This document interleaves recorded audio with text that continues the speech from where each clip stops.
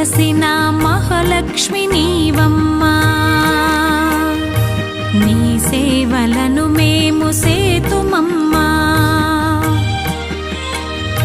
మా ఇంట వెలసిన మహాలక్ష్మి నీవమ్మా, నీ సేవలను మేము సేతుమమ్మా. పసుపు కుంకుమలతో నారికేళములతో, పసుపు కుంకుమలతో నారికేళములతో నీ పూజ ఘనముగా చేయుదము తులసమ్మ.